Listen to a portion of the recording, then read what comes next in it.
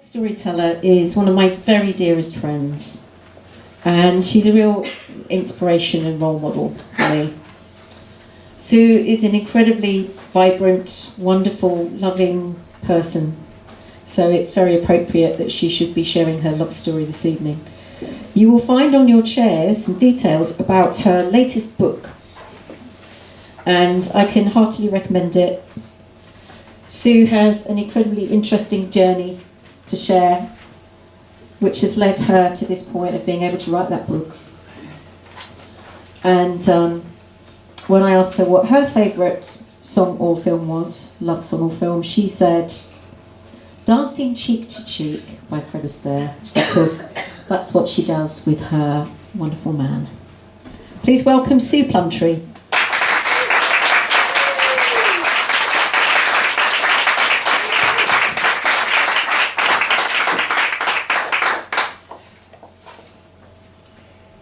If you'd been with me on the 30th of October 1965, you would have seen me standing in front of the Goethe Institute in Knightsbridge.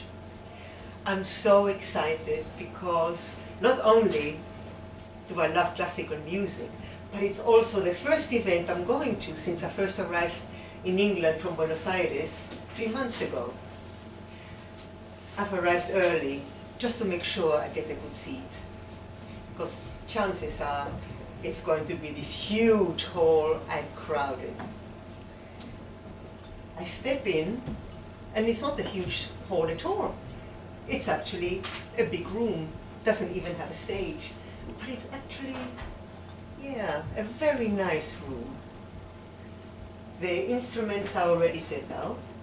It's a quartet, and the place is empty, except for one man sitting right back in the middle of the room.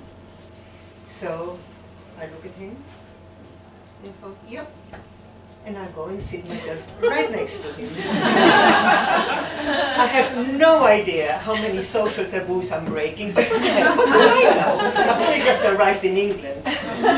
So he looks a little bit startled, and I smile really brightly. And he kind of looks me and smiles kind of back. And I notice he's got these lovely grey-blue eyes, and he wears specs, black hair, and the cutest dimples you've ever seen. So I decide to engage him in conversation.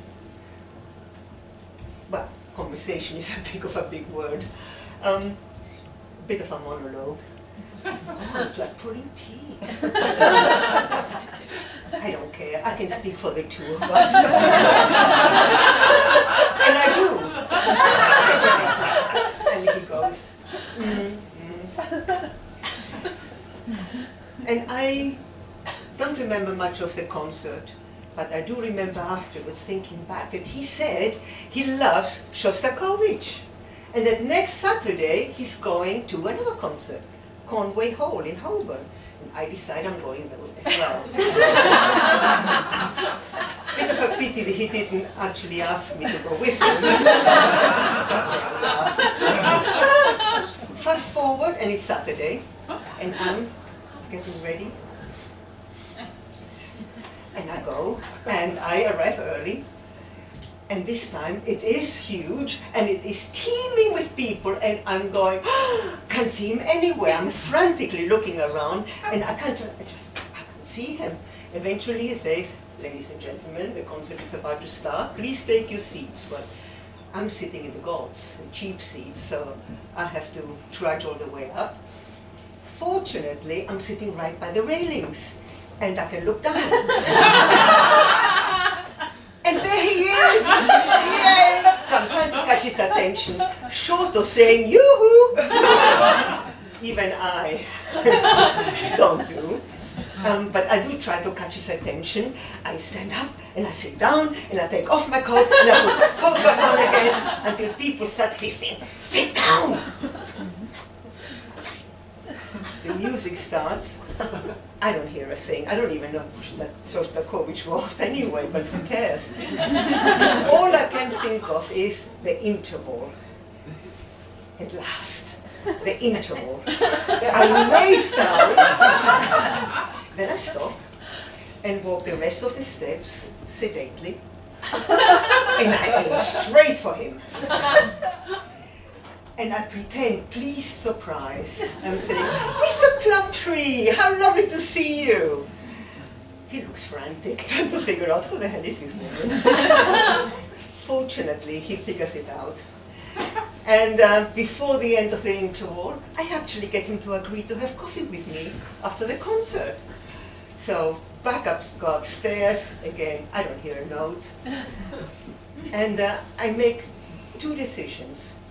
The first one, because one of the things I noticed is, yeah, he still looks really nice, still has these gorgeous dimples, but his hair is too long.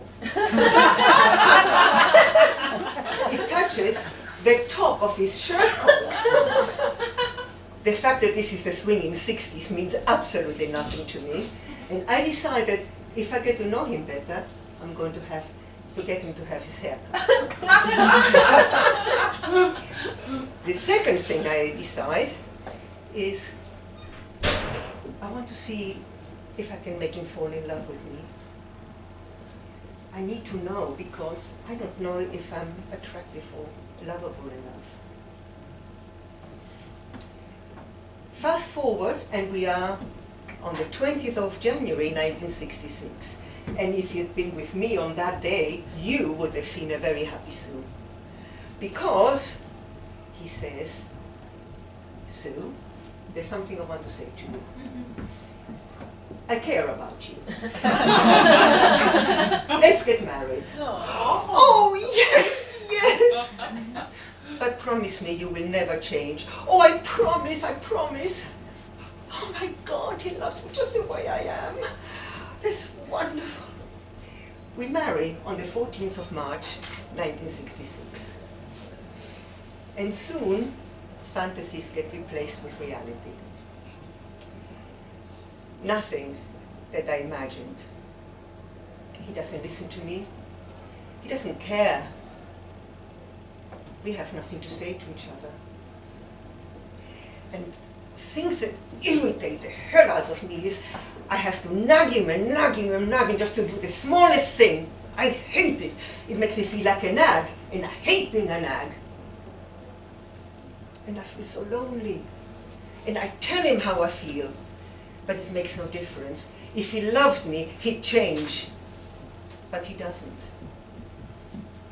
Now, one of the great things, the mind is a wonderful thing, because I go into denial, and I start pretending, actually, I'm not happy, and he loves me, and all these things are not important enough. So I can deceive myself, but my body won't allow it. I've always been healthy. Suddenly, I start developing all kinds of conditions, from one kind of severe pain to another, lasting for some months, disappearing, something else coming up. Various episodes of clinical depression. Oh, and I start really stuffing my face to fill the hole in my body. And I go really big. And then I have this fantastic idea. I can eat as much as I want. All I have to do afterwards is make myself vomit. And I do. And it works. And I lose all that weight until I end up being skin and bones. Jim never noticed. But a friend at work was really worried about me and really urged me to go to my GP, and I do. And he says, you're suffering from an eating disorder called bulimia. And if we don't do something about it straight away, it could prove fatal. And I firmly believe that the only reason I'm standing before you today is I didn't want to die. And so I get well, and my life continues, lonely and sad, and I feel hopeless and helpless to do anything about